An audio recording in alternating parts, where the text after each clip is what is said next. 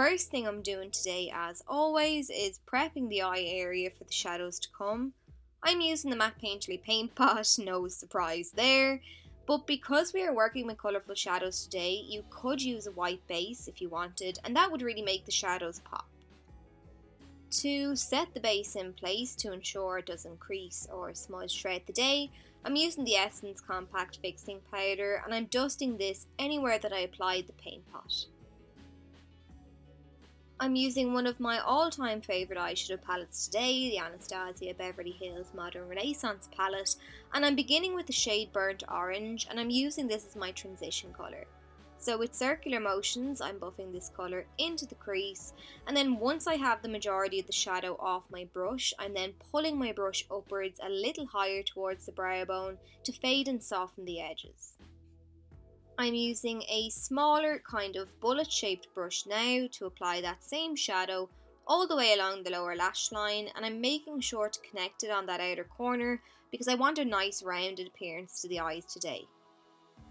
I'm using a clean blending brush now, and I'm just blending around the edges of the look to make sure the blending is seamless. The next shadow I'm taking is called Love Letter. It's a gorgeous vibrant pink shade, and I've picked up a little of this on my fluffy blending brush, and I'm starting out by patting this down on the outer corner of my eye, and then I'm fading the pink across the crease.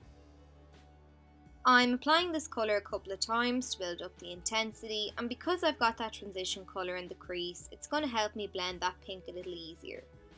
If you feel you've got a harsh edge, go back in with the brush you used for the transition shade and use the excess product on the brush to fuse the two shadows together.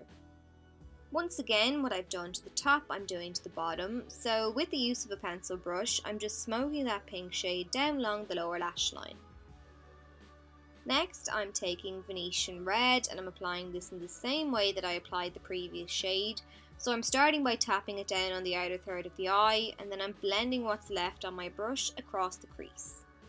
Once I'm happy with how that looks, then I'm smoking the shadow down along the lower lash line with my pencil brush again, and I just want to make sure everything is really nice and smoky, so I'm taking my blending brush and just running it around the edges of the look once more.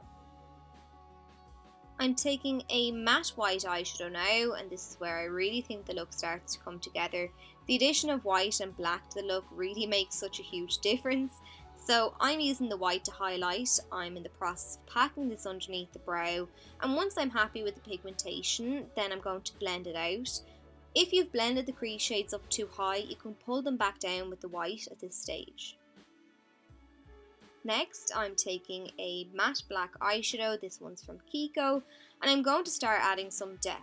So I'm using a pencil brush for this step because firstly, I can pack the product on, and secondly, because I need to be precise with my application, and this brush is just really small and handy.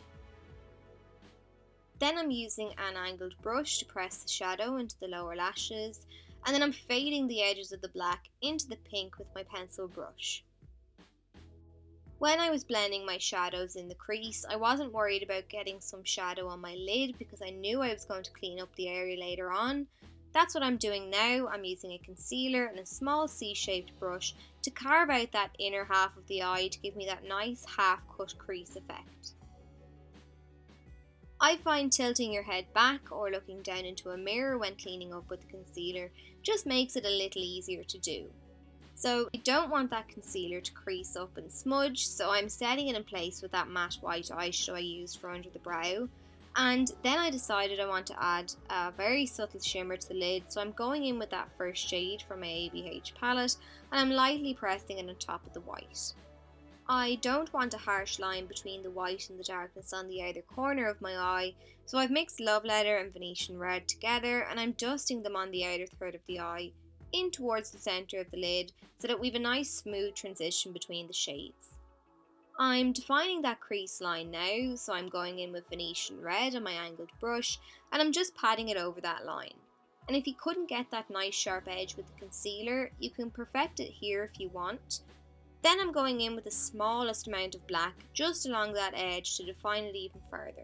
The lashes I'm going to use are quite dramatic, so I wanted to have liner along my upper lash line, but because I went for a rounded shape with my shadows, a winged liner wouldn't suit this look. So I'm tracing along the lash line with my felt tip liner pen as usual, but I'm stopping on that outer corner. I'm doing like a rounded liner, so I'm just mirroring the curve of my upper lash line and skipping the wing.